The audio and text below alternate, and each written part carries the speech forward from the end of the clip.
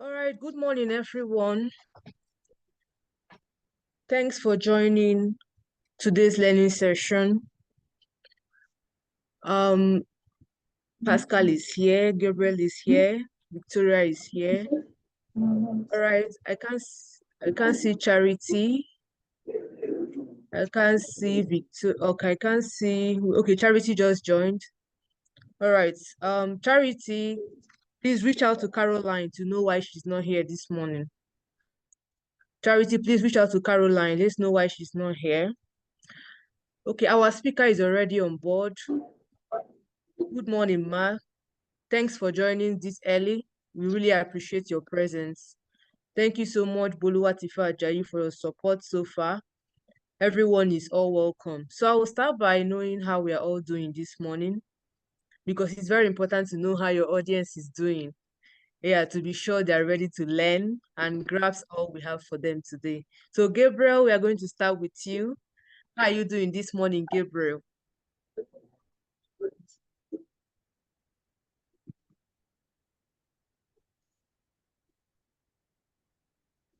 Gabriel, we can't hear you. Okay, while Gabriel is trying to sort out the network issues, Pascal, how are you doing this morning? How are you doing this morning? How are you feeling this morning?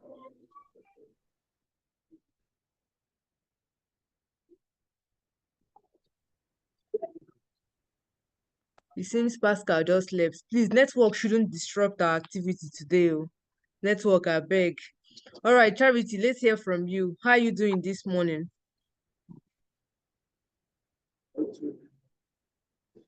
I'm doing great. Good morning. All right, that's fantastic to know. So, Pascal, can you talk to us now? How are you doing this morning? Good morning, Ruth. I'm fine. Sorry, the network is really throwing me on and off. Fine. Good morning. All right, sorry about that. So, Gabriel, over to you. How are you doing this morning? Hope you're feeling well. Hope you're cool this morning.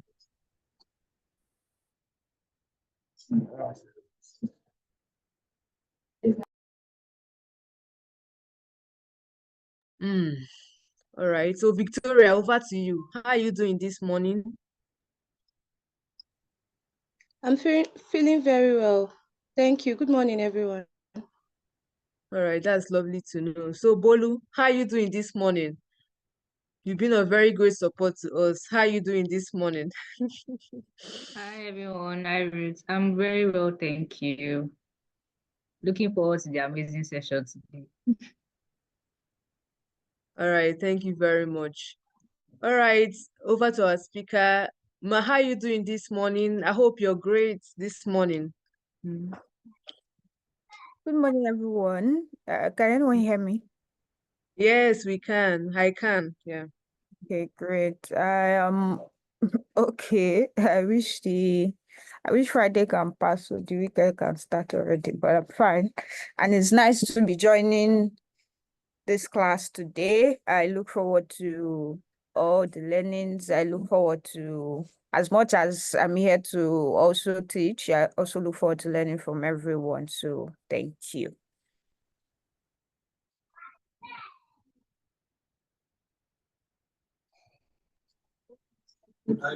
All right, that's good to know. Can you hear me now? All right, Gabriel, we can hear you. Yeah, I'm doing very fine. It's good to be here. Thank you. All right, that's fantastic to know.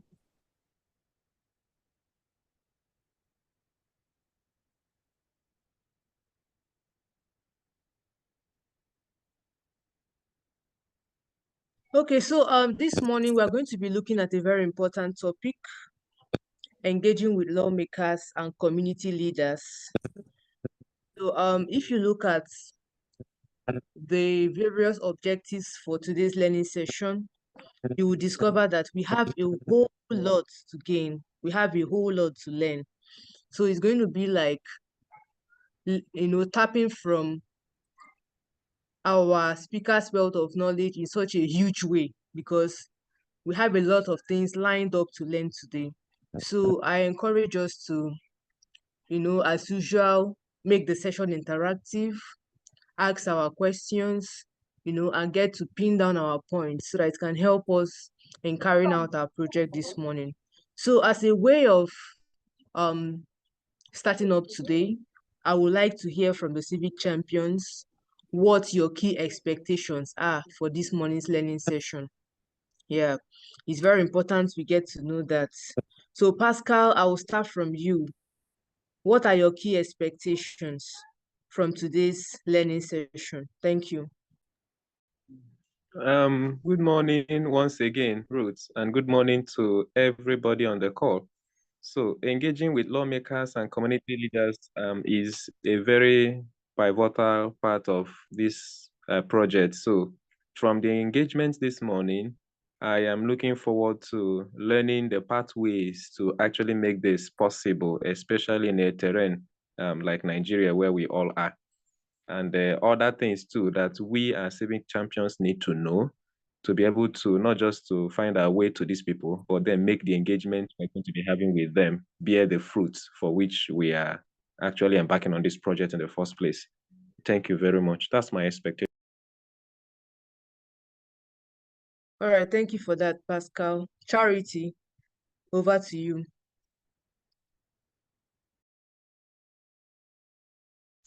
I'm sorry, my network was shaky, so I didn't really get your question.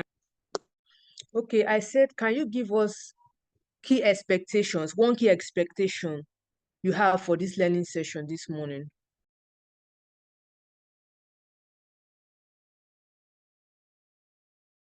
Okay, so my key expectation would be to learn strategy, realistic strategy that I can use in engaging lawmakers, particularly as a civic champion in.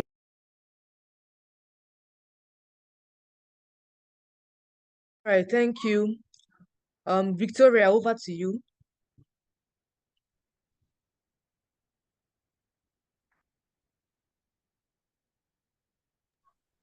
Okay, so I expect to understand government structure and the importance of civic participation in Enugu State.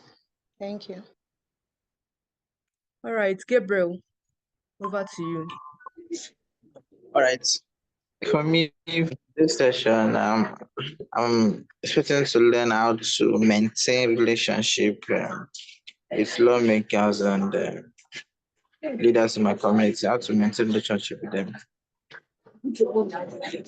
All right, thank you very much. So all our expectations are all fantastic, and I strongly believe that at the end of the learning session, your expectations shall not be cut off, just like the Bible says.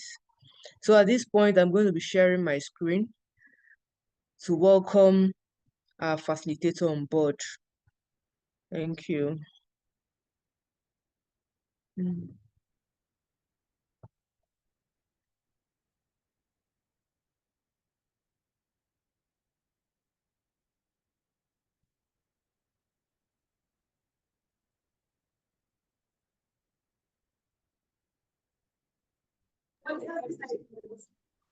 All right, if you can see my screen, on board this morning, we have Ayomide Ladipo. Ayomide is the head of Tracker at Budget Nigeria, a program manager, writer, and researcher. She has over 6 years of experience in amplifying vulnerable voices and advocating for education and healthcare in low-income communities. Her work has been featured in national dailies and supported by major foundations like the European Union and MacArthur Foundation. So at this point, I make well to welcome our speaker on board. Thank you so much, Ma, for accepting to facilitate this session. We hope to drink a whole lot from your wealth of knowledge this morning. The floor is all yours. Once again, you're highly welcome. Thank you, thank you, thank you, thank you. Also, I think I'm happy that some of us have dropped our expectations for today so that I can be able to narrow down our expectations to I can be able to narrow down the class to meet our expectations. Though I'm not far, what I had in mind is not far from our expectations as well. Can I share my screen? Yeah, I think I can. Okay. Yes, ma'am.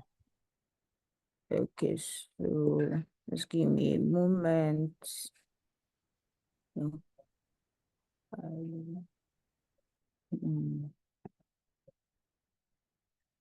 Do I put up my video or it can stay off? Just want to be sure. Anyhow you want it, ma'am. Okay, come in, give me a moment. Okay, I can just put on my video for a while so that it does not look. Okay. Me attention.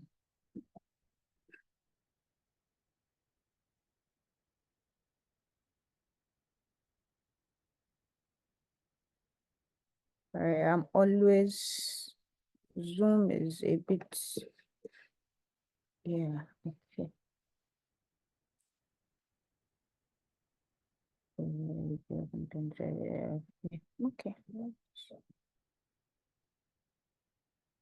I think I prefer this. Okay. Can anyone see my screen? Yes, we can.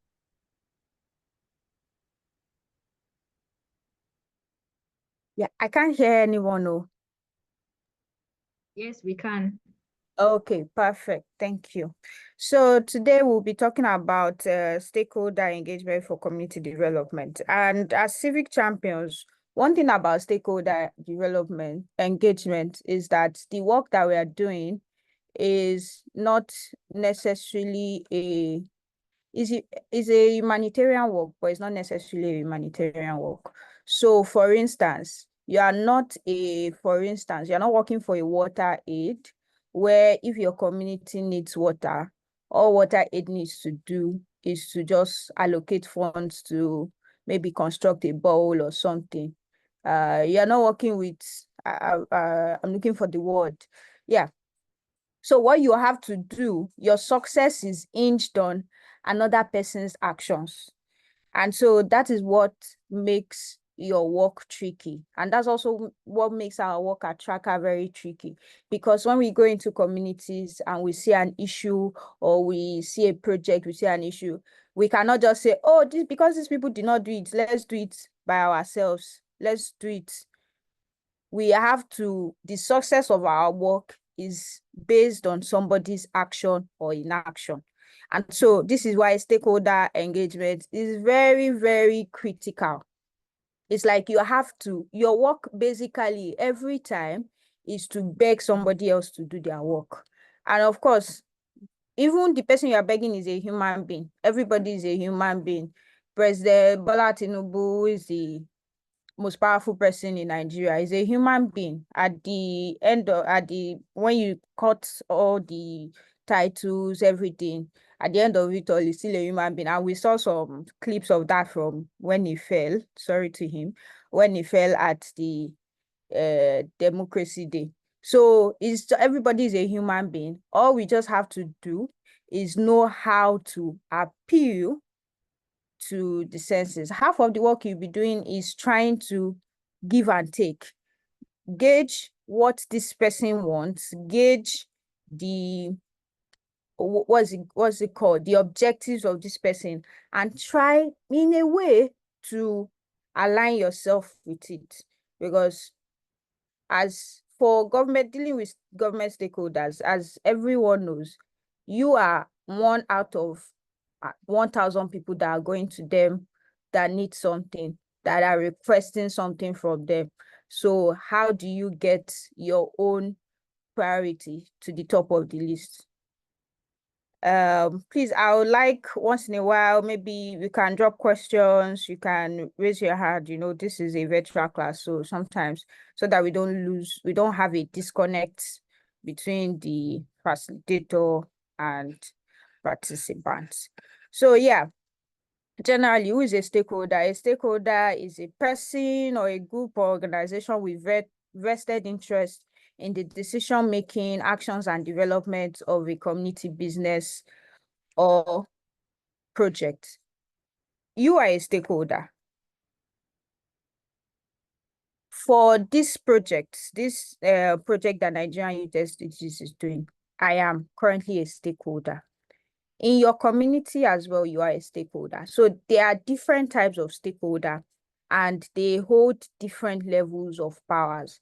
And I know that we talked about engaging with lawmakers, but in our community development work, I would make the tips broader, not just engaging with lawmakers, engaging with every kind of stakeholder, especially when it comes to government stakeholders.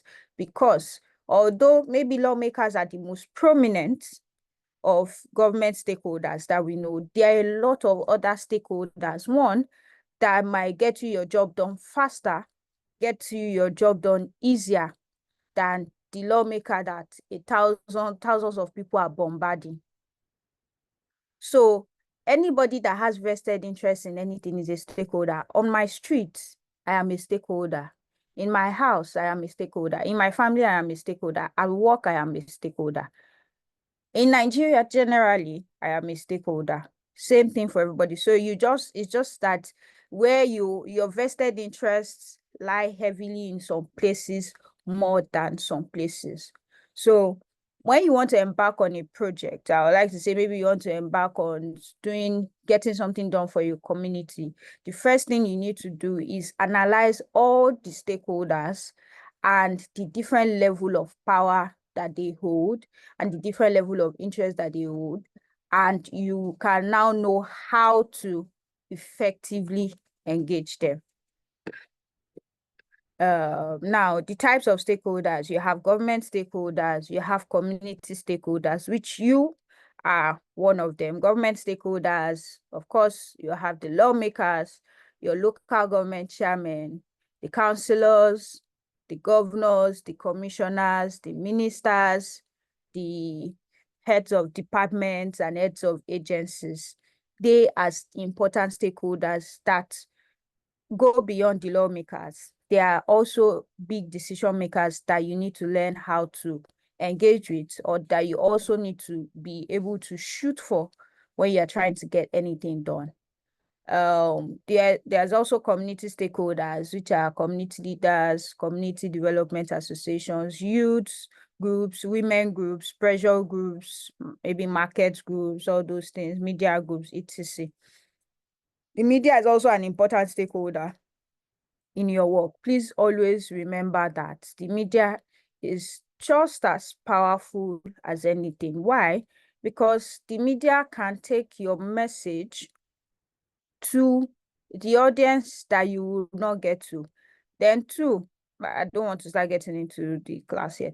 Then two, everybody wants good PR. Nobody wants bad public relations. So the media can help you, one, set your agenda, to get the stakeholders that you want to listen to you.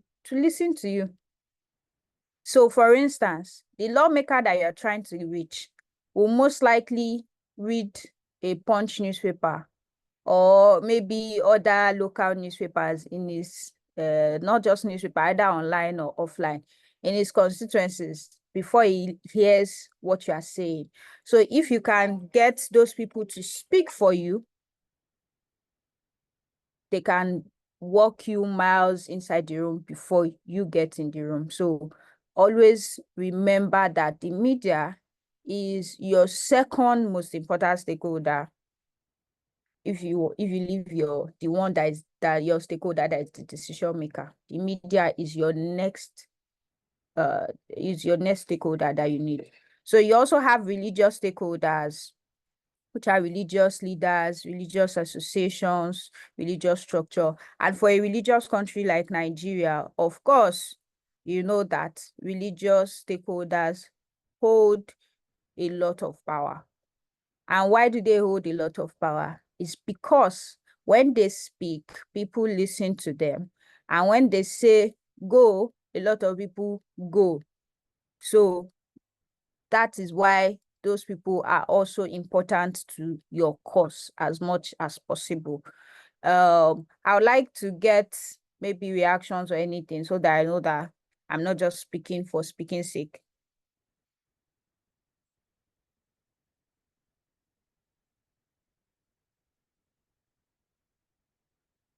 Okay, thank you.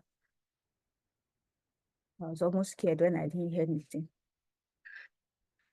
Now going into the meat of the talk, how to effectively engage and build relationships with government stakeholders.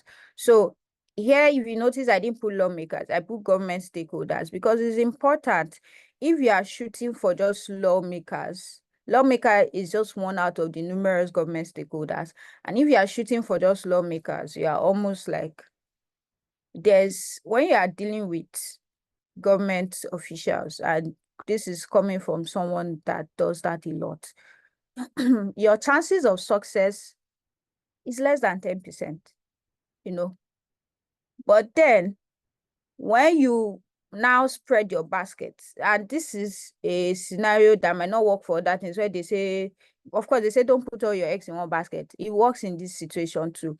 Do not put all your eggs in one basket. So understand that the lawmaker is important, but then you have a lot of other government stakeholders who are also just as important, who hold just as much power, and who can also solve the problem that you need to solve. So this tip covers both for governments, both for lawmakers, for councillors, for governors, for even aid to anybody, or for that what's it called, that local government worker. You get, they are just as important. So number one that I will always say is understand their priorities. Now, understanding their priorities means that you can study a pattern. If there's a particular lawmaker or a governor or a local government chairman, study what kind of projects, what kind of policies they have been pushing. For instance, and I'm going to ask us some questions. The governor in your state or the local government chairman in your state, where do they tilt towards? So I'll give an example. If you want to ask that, okay, which governor is in Nigeria today is particular about agriculture and all that, who will come to your head? Can anybody give me an answer, please?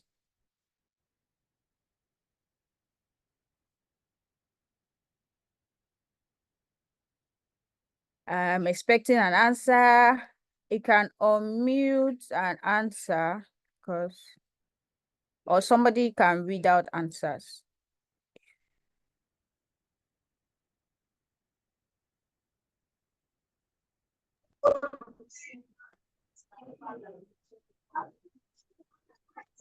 Hello, ma. Let me just try this final be right away. I think governor of Benama. What did you say? I said, let me just give it a guess, but might not be correct here. Okay. I think governor Niger State. Niger State. Niger. Exactly. Yeah. Yeah. That's what's in my head. Exactly. The Niger State governor. Why? Because you can see what pushing. What did you say?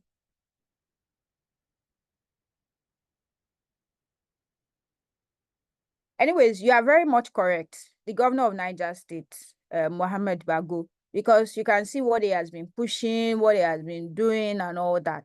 So, you know that agriculture is a priority for him. And I'm coming to that.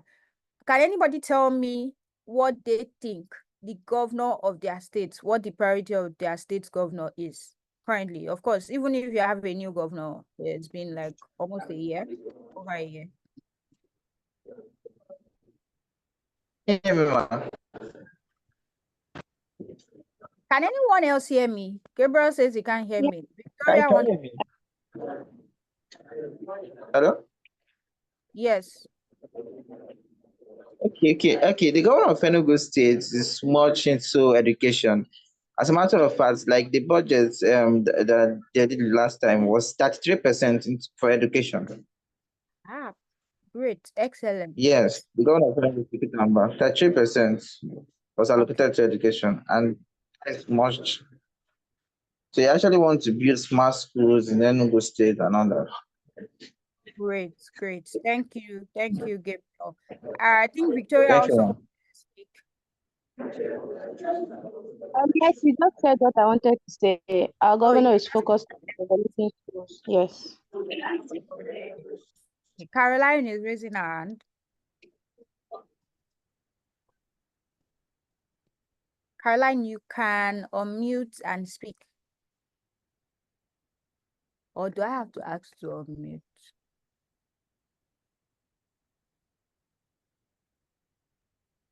Caroline, Okay. please unmute your mic.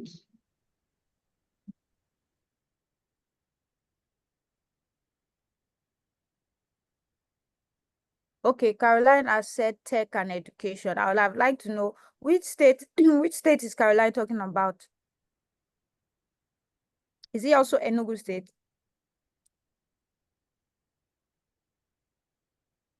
Anyways, okay, there's another message. Enugu State. Oh, everyone is from Enugu State here. Yes.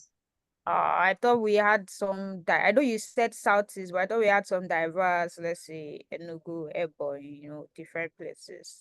Abia, Nambra. But it's fine. Yeah, it's same state but different local governments. Oh, okay. Okay, great. Yes, I like this. Now, when you see that your governor's priority, governor is an example. Your governor or your local government chairman or something, their priority is around tech and education. Your problem might not be around tech and education, but what you have to do is to find a way to connect your problem to their priority. So for instance, let's say your problem is water. I know, okay, maybe I don't know about Enugu. I think Enugu also has water issues. I know Ebonyi has a lot of water issues. Now, let's say your problem is water. Your community does not have access to water and all that and all that. Water plays a huge role in keeping children in schools, especially girls. So one, water plays a huge role in attendance and retention rates, and also performance. And so if you want to sell your problem of water, while you will sell your problem of water, you have to find a way to connect it to their priority and make it look like you are helping them solve the problem they want to solve. When you are dealing with government stakeholders, you always have to make it look like you are helping them solve the problem that they want to solve. So no matter what your issue is, if your issue is a bad road, you still have to connect it to, it's best for you to connect it to education. And maybe when you are reaching out, you say, oh, governor, lawmaker, we know you are doing great strides in education and all that, but it's not working in our community because we lack this and this that will enable people to be able to go to school and get to school and do this and do this and do this. You have to always connect your problem to their desires. It's like trying to pet someone to get to do what you want them to do for you.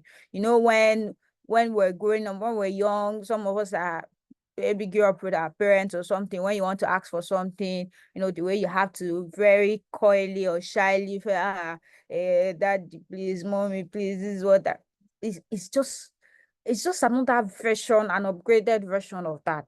So you just have to learn how to massage their egos, and massaging their egos means understanding their priorities, tailoring your need towards their priorities, because that is what will get you audience, of course. Number two, be armed. I know the word armed is tricky. Be armed with the necessary information and data that backs up your request. So for instance, you need maybe I would like somebody to just drop in the chat box, or so we can use we can use a case study. What issue would you like to pursue in your community or in your local government?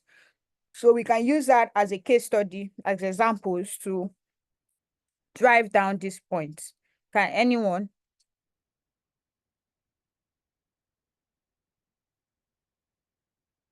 I'll be waiting. Just you can either unmute your mic and speak or drop a comment in the chat box. Youth participation in democracy, youthful participation, like the youth participating in democracy. That's very vague. What do you mean by youth? What do you mean by youth participating in democracy? Okay, the youth being part of decision making, co-decision making in governance. They get not just voting, I mean, to be voted for and then be part of the decision, to be So on the what is round your table goal? making decisions. Is it that you want, you have to be very, for you to actually succeed in whatever you are pursuing, what are the metrics of success for you? What will you get that you know that, okay, we have succeeded in getting you to be part of governance of democracy? I didn't get your question. So you said youth participation in democracy or governance. Now, if you were to embark on that campaign, what would success look like for you exactly?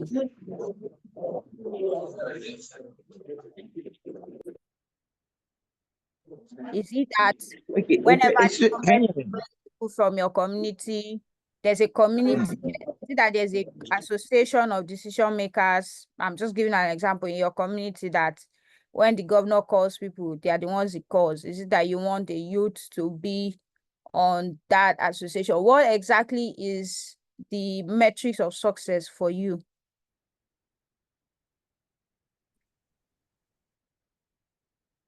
Can anyone else hear me? Can you hear me? I was talking, I thought I was on mute. Can you hear me now? Yes, I can hear you now.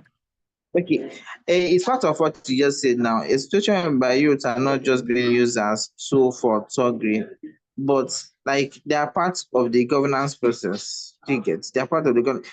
Now in Nigeria today, you see that, I mean, even youth leaders are not even like the youth themselves. Do you get? I'm getting to, sorry to cut you off. I'm getting to what you're doing, but what I want you to do, for instance, if Nigeria Youth says that we want you to embark on a 6-month campaign for a problem in your community, you are going to have to show them, and maybe they want to fund you, of course. You are going to have to show them what success exactly looks like. What are the exact outcomes that you get that will get successful. Youth participation in democracy is very broad. It's very broad. So you have to be able to narrow what exactly do you want to see, especially when you're talking about your community. You're not just talking about Nigeria or anything, and you're talking about your local government. What exactly make us see what youth participation, what exactly it means in your community or your local government? So what are the things that will happen? And you have to give exact examples. What are the things that will happen that will make you say, okay, my campaign to get youths involved in democracy is successful? Okay. For youth to be able to influence change, you get, to be part of those that influence change. I don't know whether it's still this is still broad. But they'll be among those making decisions. And their voice is being heard. Okay.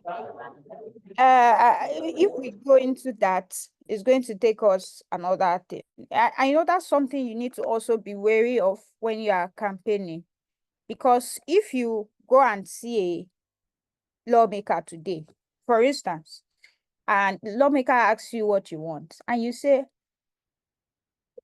more youth, we want youth to be heard, their voices to be heard. Say, oh, fantastic, perfect, yes. Yeah, do you know that? Yes, I have an association of youth who we call upon when we do this. We have this, we have that.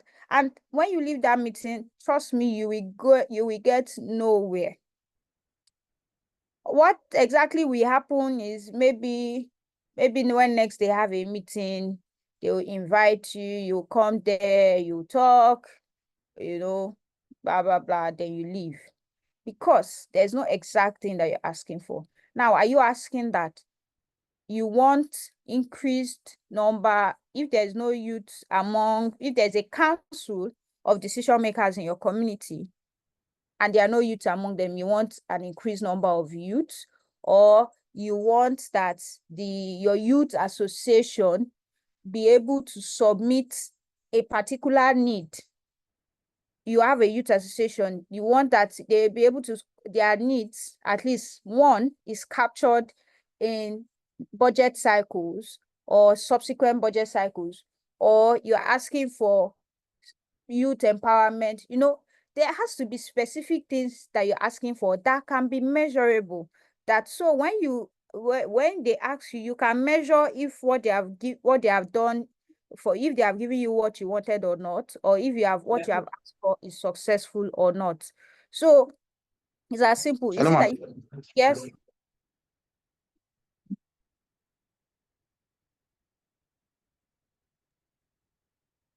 Can Okay, you hear can go. me? Yeah, I can go on, Miss Ayomide. Okay, thank you. Anyways, so just let us all be wary of very vague needs or campaign or issues. No matter how vague, whatever, you have to be able to narrow it down for you to be able to, one, even know what exactly what you are requesting for is, then exactly be able to know what success looks like when you achieve it. If not, you can continue. Of course, youth participation in governance, it is not where it used to be, but we have made progress. But if we don't know exactly what we're asking for till today, of course, we are still asking for more youth participation in governance.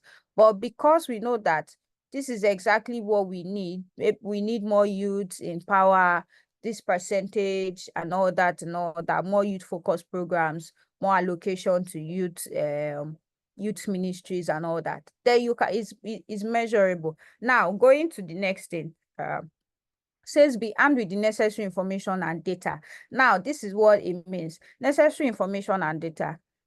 Is it that all the projects that have been done in your community, all the initiatives that have been done in your community, there is none of them that is youth focused? In the past 5 years, you can list all the projects and you can say that there's not one of these that is youth focused.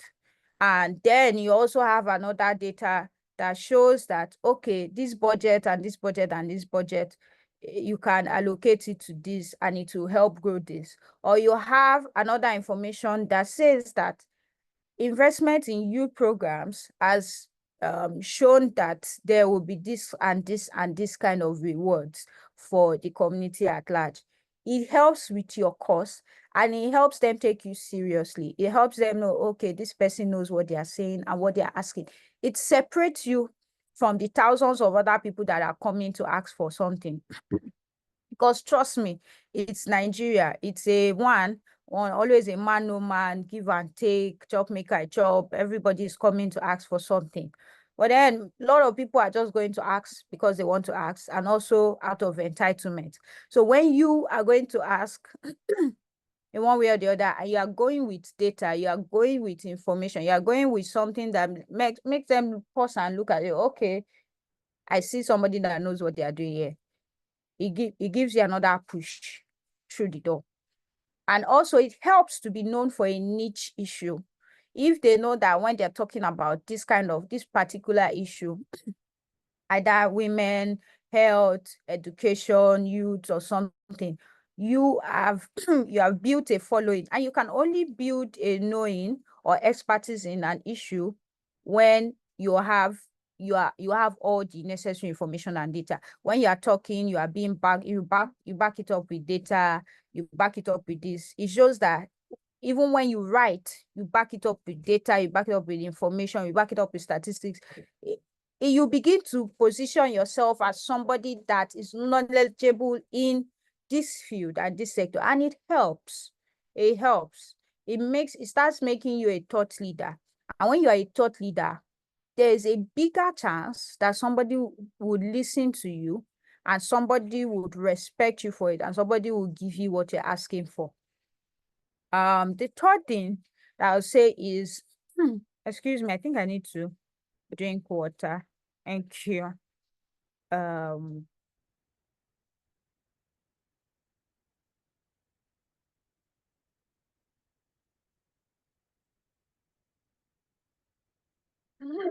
So the third thing is that you need to go in groups, enlist help from other groups and associations. And this is because the terrain of our country, sometimes, even if you do everything right, it might be hostile. Of course, we know how it is. Politicians and stuff, and their minions and their thugs and their fighters, they are always ready to attack, always like, oh, now you they disturb our person, abi. Now you they do this. You are the one pushing for this. You are the one doing this and that. And if you are singular, I'll use that word. If you're singular, you are more susceptible to attack than when you are together in a group.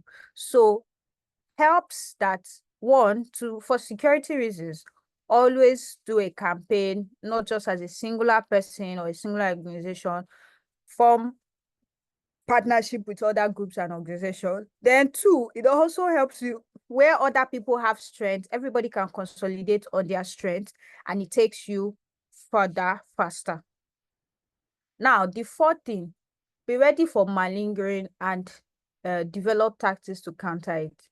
As somebody who has dealt with politicians a lot, they know how to malinger, which means that you go to them, you table something to them, but then they talk to you for like the next 15-20 minutes and they are just here and there. By the time you talk, what they are doing is to now talk about their achievements or talk about what issue that they are facing or talk about how the allocations that they are getting is not enough and they don't even, but doing everything to avoid that particular thing that you went there for. They will say everything else but that thing. And if you are not experienced, you will get carried away to the extent that you will enjoy the conversation so much. You will not know when it ends. I'll be like, hey, my brother, don't go. We are going to do great things together. We're going to do this. I have forwarded your request to this and this and this. You did not get anything. And then sometimes when you have conversations with them, they sound so smart. They sound like they know what they are doing. They sound like they have lofty plans and all that and all that. It's all tactics. Of course, they are smart. One mistake you will ever make is thinking that Nigerian politicians are not smart. If you ever go into a room to have a conversation with them and you go in with the mindset that you are smarter than them, that they are not smart, they will floor you. And when you come out, you'll be amazed at how smart they were and you forget the goal of why you came. They will have even almost gotten a new disciple from you because they know how to say all the right things. They know what to say. They know how to say it without actually saying anything tangible. So always be ready for that. Don't go, if you have a chance to get into a room with them, don't go into that room thinking that you are the smart one. And of course, this and this. Don't fall for it. When they start saying all the right things and you see that all the right things they're saying is out of what does not align with what you came there to ask for, find a smart way to bring them back. Yes, sir. Yes, sir. Actually, when we now bring that back to, you have to learn, if not, anyways, number the fifth one, be respectful and professional.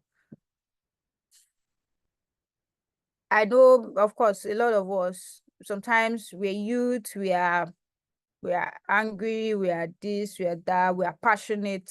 Please learn to be respectful and professional regardless. And this is also an advice for myself because I am also very, very, I can see the president today and tell him, Mr. Man, what you have been doing is nonsense, rubbish. But then I'll still have to step myself down. Okay, put it away one side, and just let us do business to business. So please be respectful and professional, and have courtesy. Number 6, you see this number 6 one is the most important thing that anybody is ever going to tell you, which is follow up and be persistent. Because it might take you 1 year, it might take you 3 months, it might take you 6 months to get what you want. It might take you 2 years. But the reason why lobbyists, you have to learn why lobbyists get successful. Lobbyists are patient, because you know the kind of people you are dealing with. It takes a long time. You might be sending them, maybe after you had a meeting with them, they sent you a WhatsApp message and you have their WhatsApp contact one time. I feel like, okay, yes, I have access to this person, great. The person might not reply your message again for the next 1 year. But it does not mean that after you've sent messages twice, you should stop. They are reading your message. What you just have to do is keep being in their faces and respect the boundaries. Keep being in their faces. Maybe once every month, send another message. It's not just, don't send good morning, sir, good morning, ma. I hope you happy Sunday and go. No, set the message and craft what exactly you are still asking for and send it. This and this and this and this and this and this and this. Bam. If there's anything in the news that talks to what you have been asking for, seize the opportunity. Good morning, sir. Good morning, ma. Happy whatever. No, politicians like a bit of all those things. This and this and this happened. They announced this. Do you know that it actually fits into what we have been requesting for to get this and this and this? When can we fix it? This or this? They will not respond, but they've seen it and it has registered in their subconscious. You do it again. What now happens is that when it's time to make a decision concerning what you've been asking for, because you have been consistently being in their face, they will remember. One, you'll be one of the top people they'll remember, and they'll actually take action on it. Works. Just learn how to follow up, be persistent, but respect boundaries. Now, respecting boundaries means that it's not that maybe around 12 a.m. in the midnight, you just send somebody a message because you have their contact, or you see that they post a family picture and you just go and be doing nonsense on it. No, respectfully follow up with people. Number 7, this is very important. Attend government events, conferences, and town halls. These are the places where you get to see, one, other stakeholders that are helpful to your decision making. You get to meet people that can get you in the room faster, and you get to understand what you're doing. And you get to also, when you now have the chance to, let's say, speak directly to the decision makers, you get to say, oh, I attended this event and this event, that you were there and you spoke about this and this and that and this and that and this. It helps them know that this is somebody that knows what they are doing and is reliable. Number 8, stay informed and know when to penetrate with your issue. Of course, I think I already talked about that. Know when to penetrate, because there are sometimes opportunity rises for it. For instance, yesterday's Supreme Court ruling about local governance and all that. If you've been asking for anything from around local government or something around that, this is the perfect time to use that to push your cause. That's what everybody is talking about. That's what is being that's what is dominating the news wave, the discussion. Is a perfect way for anybody who has been maybe fighting for local governance or saying that local government is this and that. That's the best time for you to penetrate. So you also have to look out for those times as well, when the polity, the media, the environment favors whatever it is that you are fighting for. Number 9, show appreciation. Of course, it's not every time you get to be talking down on your what is it called? It's not every time you get to be talking down on your government stakeholders. When it's time that you've done something and you think you need to praise them, please show appreciation. Then last thing, follow up. So now I'll be taking some questions or comments before we go into facilitating and planning town hall meetings. Thank you.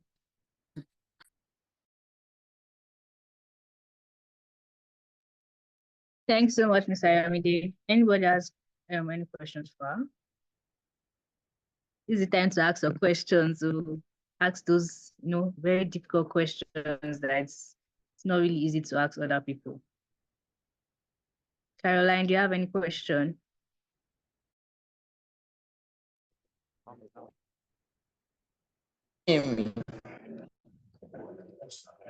Okay, Gabriel, we Hello? can hear you. Yes, we can hear you, Gabriel. Okay. So I forgot the second point she noted, like, what is the heading again? And I would like you to throw more light on it, please. I think the one on data information and all that, like.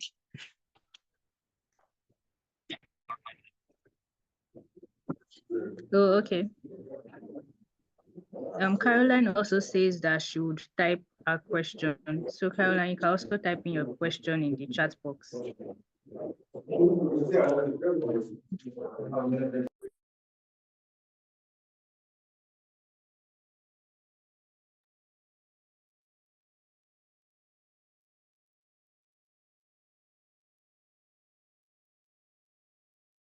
Is there any other person that has a question too? So she will be able to answer them all together. Victoria, any questions from you?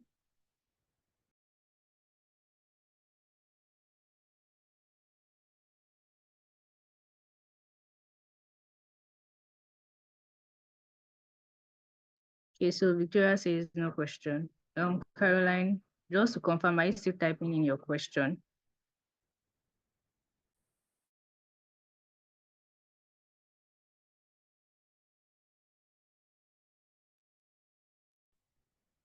Okay, Ms. Ayomide, I think we can go on to answer Gabriel's question. Okay, please just give me a minute. All right, thank you. Okay, so while we're waiting for Ms. Ayomide, is there anyone that wants to share at least, some key things that you've gotten so far? Charity, do you want to go?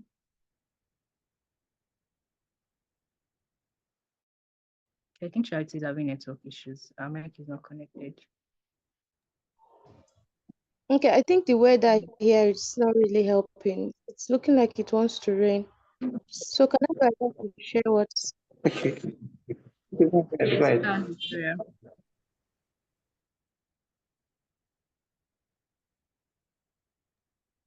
Okay, so I am happy to learn that I'll need to connect what I'm advocating for to relate with our lawmakers or our leaders' priority in order to get their needed attention. Okay, awesome. Thank you, Victoria. So Caroline has actually put a question and she says, how do you handle the follow-up process? How often do we visit the offices, call and all of that? Because sometimes you keep asking and you don't get any form of response. So that's a question from Caroline as well.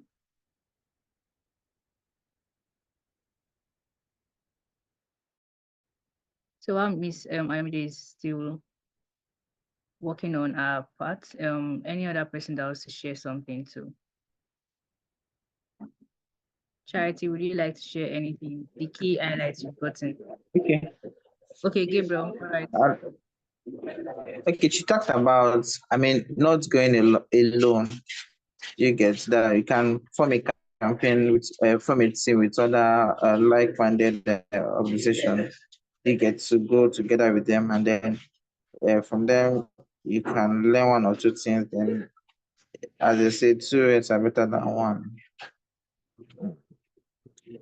And also, she talked about you need to be respectful and be professional with your approach.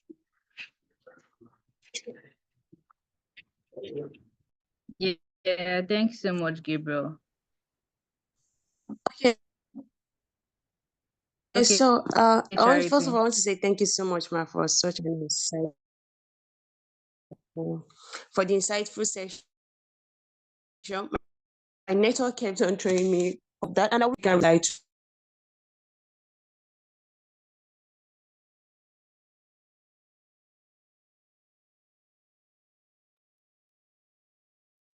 Is it just me or I can't seem to hear Charity anymore?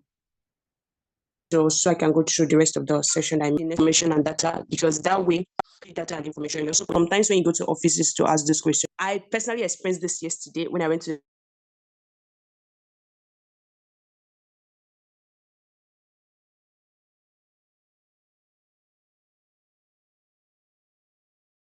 local government to make some inquiries.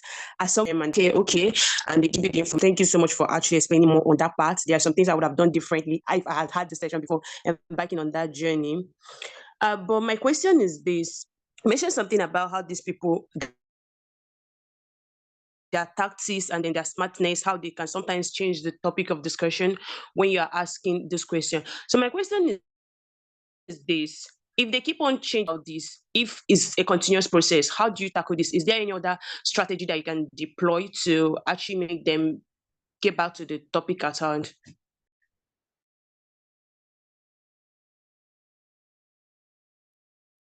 Thank you, Charity, even though the network was a bit shaky.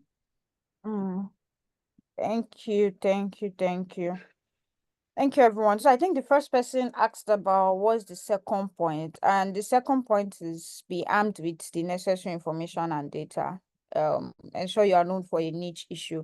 Always read up about the cause that you are fighting for or the cause that you need. Be very knowledgeable about it. Don't be caught. One, it helps your advocacy. Two, it helps not to be caught off guard, because if you are going and you don't know about maybe the budget allocation or the kind of project they've done before or something, and you just go and say, sir, we've not gotten this, or ma, we've not gotten this and that and this, and they'll tell you, oh, we've had this and this and this and this and this, and your hands will be tied because you didn't have that information before, you were not prepared. But if you had the information before, you'll be able to say, oh, I know you have done this and this before, but it is not enough because of this and this and this, and if you do this, it helps. So always be very knowledgeable. It's not just at the surface level, very knowledgeable on the kind of advocacy that you are pushing for. The second thing I can see on the chat box here, how do you undo the follow-up processes? How often do you visit the offices, calls and everything? Visiting offices might be a stretch. But the thing is, follow-up processes is in so many ways. Let's say, for instance, you went to drop a letter the first time. What's it called? After you drop the letter, you need to get a contact from that office. When you get the contact from that office, you use that to always follow up. Oh, what's the update on my letter? What's this? What's that? What's this? Another way, you get maybe from their aide, you get a contact of their aide or their assistant or their special assistant or something, and that's your consistent constant follow-up. Sometimes you use social media. People use social media, always posting about something, always tagging them. Trust me, they see it. There are so many different ways. Once you just find a way that you can use to penetrate, just ensure that you keep doing it. You don't get response. Sometimes you keep asking, but you don't get responses. That's the point of it. That's why we said, that's why I explained that. Be persistent. The point is to always be in their face.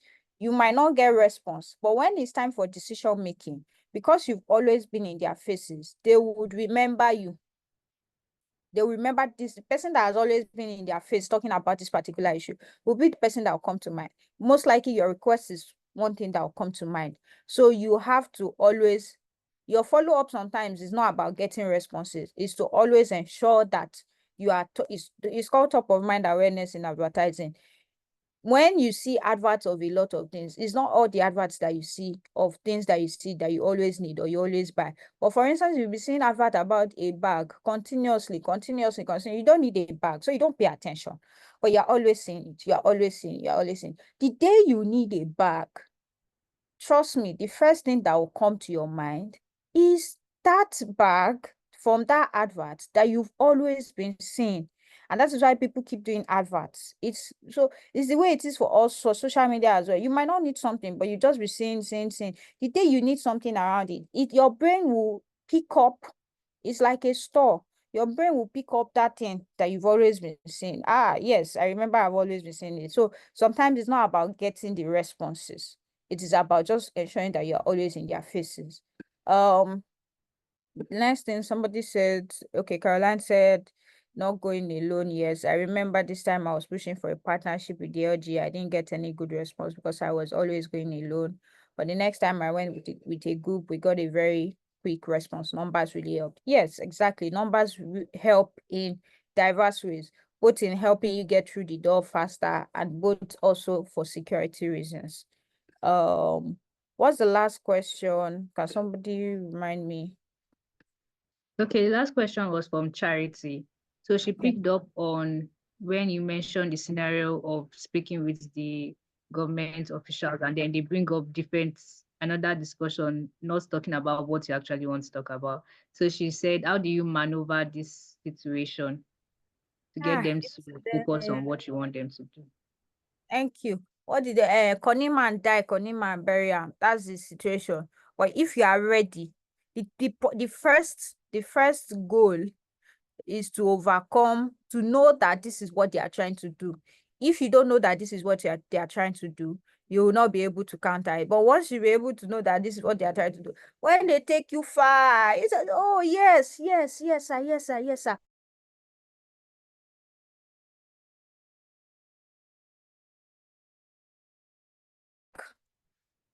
Then he will go and take you again to say, you know that this is our country.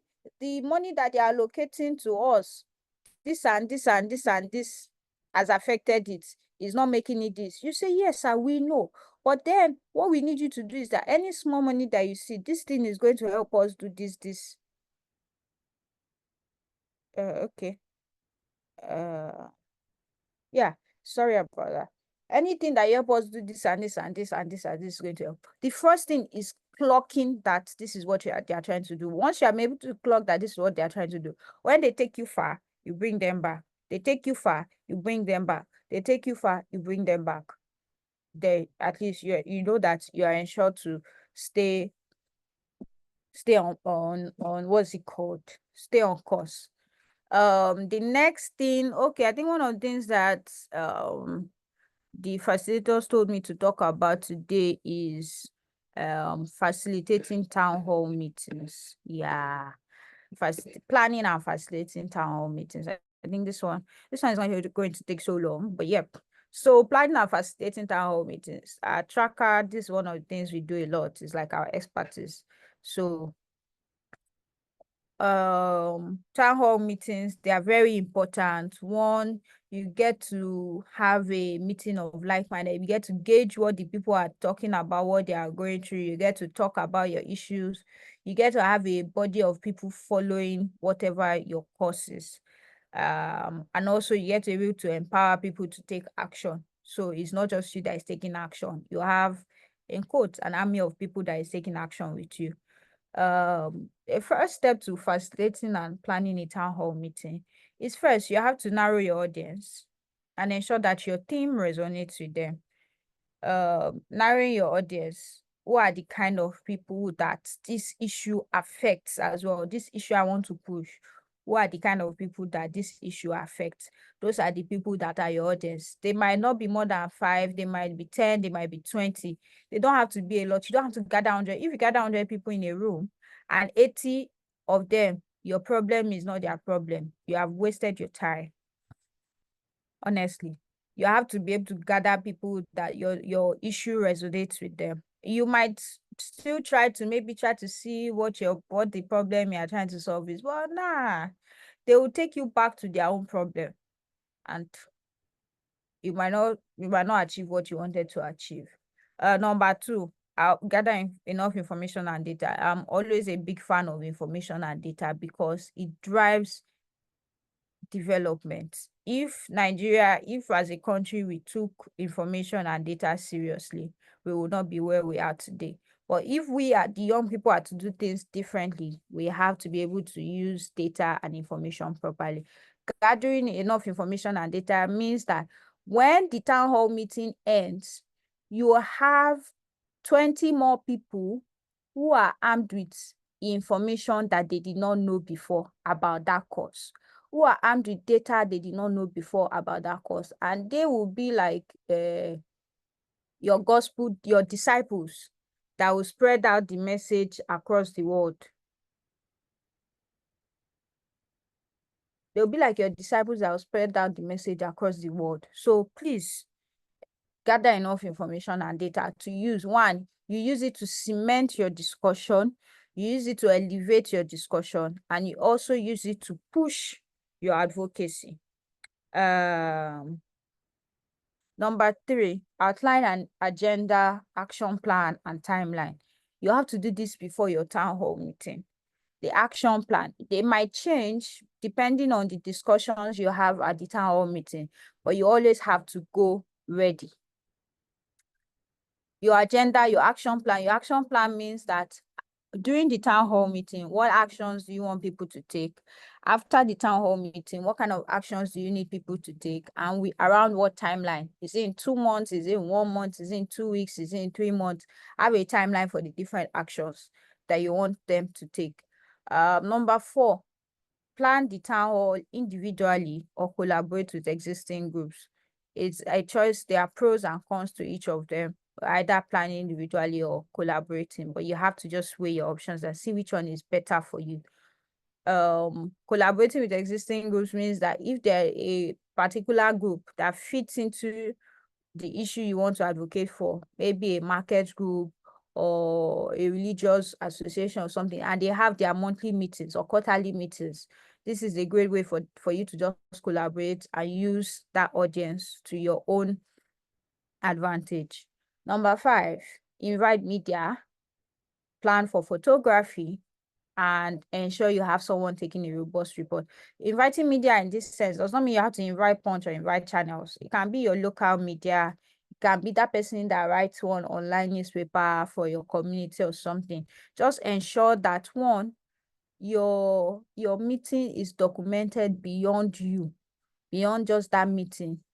Somebody, maybe they have posted about it, the newspaper house has posted about it on their online platform or something. 1 is for record purposes. 2, it ensures that, yes, this our message has gone beyond just us. So also planning for photography is because you need those shots that don't look like you just did the meeting for meeting's sake. Please, that is just important. A lot of people don't pay attention to photography. Please ensure you do that, and ensure you have someone taking a robust report. That is just as important. Somebody is taking a report of everything that is going on, what people are saying, how people are feeling, and all that. It helps you for the future. Number 6, assign tasks to community members and do some assignments right there at the town hall. It helps to keep people engaged and measure what kind of capacity people have. So right there, you can say, okay, let's have a small assignment. Let's break into groups and write a letter to this and this and this. Let's do this and do that. They would start feeling like this thing they are doing is serious and there is a future goal to it. They even have something to look forward to. They have something to remember, because next time they call you, they'll say, oh, what about that letter we wrote? What is this and this? I wanted to follow up on this. So make sure that you do some activities at that town hall. The number 7, conduct interviews with attendees to get perspectives from the people. You might not have to do separate interviews, or you might have to do separate interviews, but get as much as possible, get quotes, get perspectives from the people, and note them down. Know how to use them.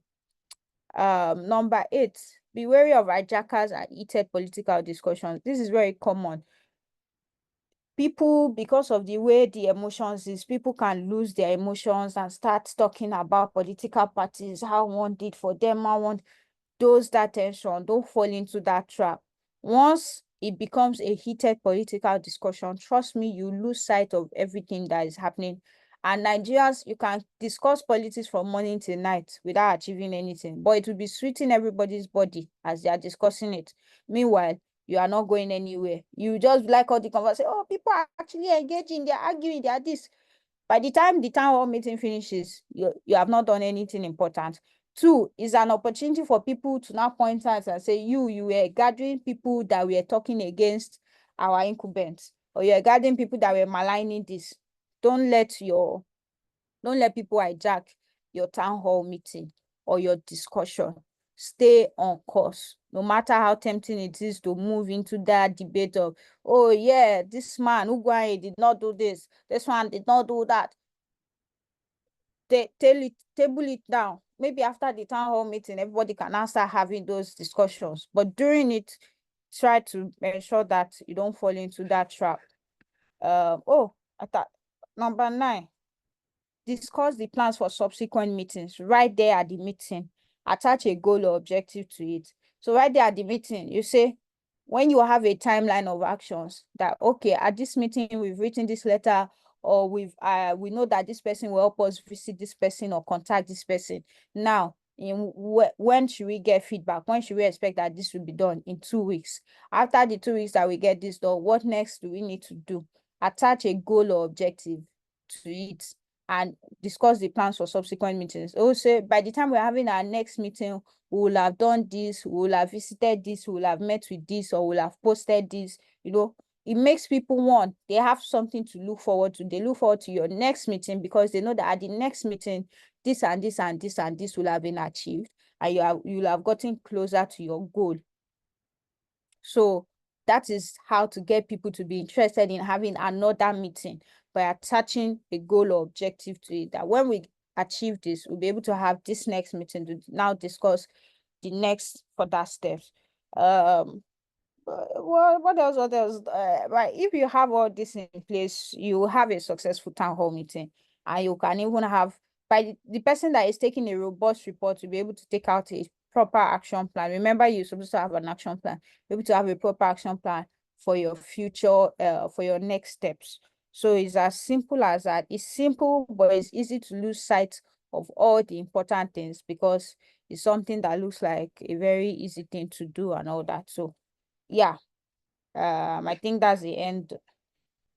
So we'll take questions, and if you want to talk about things, yeah. Thank you so much. It's been a really, really lovely session. And I'm sure I'm not the only one that has learned so many things. And I really love how you're also able to, bring in personal encounters with the government officials, which make it very relatable. We've always heard about, government, this, that. So with your experiences, you were really able to bring it to light and even show the process to maneuvering all of these situations. So right now, I'm just going to give the floor to the civic champions. Is there any other person that has a question or you have a comment to make as we have come to the end of the session? So I just want us to also share. Okay, I think Gabriel has something to say. Gabriel, you have the floor.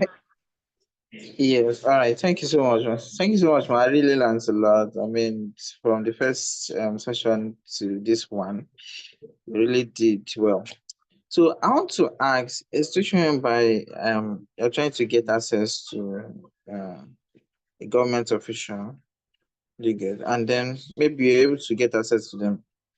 And then they have this stereotype that, okay, or people that do normally come is maybe because they want appointment and all that, you get. Apart from being persistent, and how will you be able to prove to them that, I mean, you're not just coming maybe to get appointments or to just get close to them or something? Because some of them feel like you just want to be their friends, you know. How will you prove to them that, yes, you are really out for business? I mean, for change and all that to help your community? Okay, thank you. It's simple. Thank you, Simple. ma'am. It's simple. It's as easy as having let's say, maybe short, the 3-point agenda. And the 3 points, all what you're asking for is these things. Maybe increase, you want one youth project, like you said, you want one youth project, you want the youth to be nominated in this. You have specific things that you are requesting for. People tend to fall into a trap where you have exactly nothing. You are not here nor there. You have nothing that you are really requesting for. So it's easy for you to fall into the trap of, oh, this is just one of those people, it just wants attention, or you want closeness. When you have something, every time you are meeting, every time you are asking for something, you are asking for those exact things, then it is sure that you are not coming to ask, I'm not coming to ask for appointment. This is exactly what I'm asking for. I'm not coming to just say good morning, sir, and smile with you. This is exactly what I'm asking for. You have to always be able to narrow down your requests to specific things that can be done and achieved. Don't just go and meet them and say, oh, we want increased youth participation in decision making.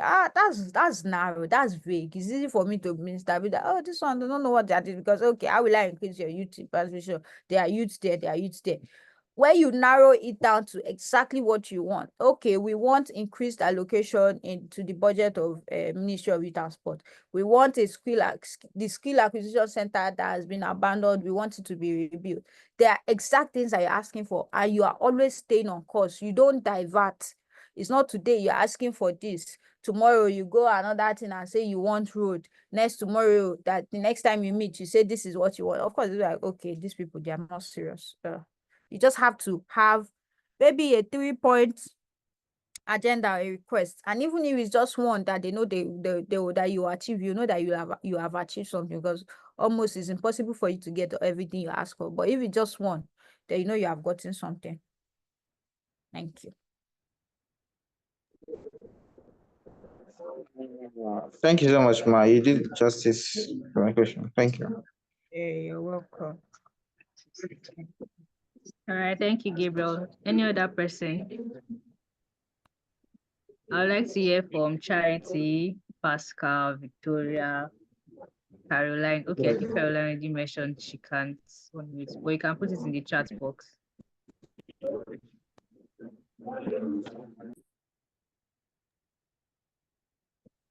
So let's have at least one more person before we call it a day.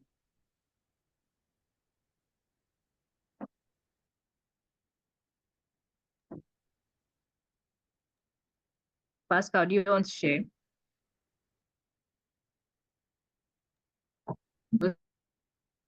Pascal says mine is big thanks. Okay. Thank you, Pascal. Victoria, any comments from you, or do you have a question?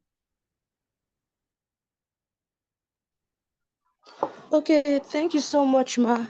Our facilitator actually broke things down, and I could easily understand all she has been teaching. So I don't have any question. Thank you very much. Thank you. All right, thank you very much.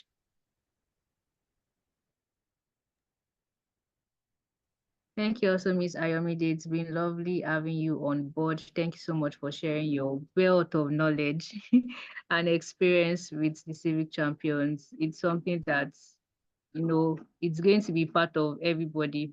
And we're also able to implement all that we've learned, not just even the civic champions, but even for every other person that has been on this session. Thank you so, so much. And we wish you a really, really lovely morning until the evening. Yeah, thank you, everyone. I hope you all have a lovely weekend as well. Thank you. Bye.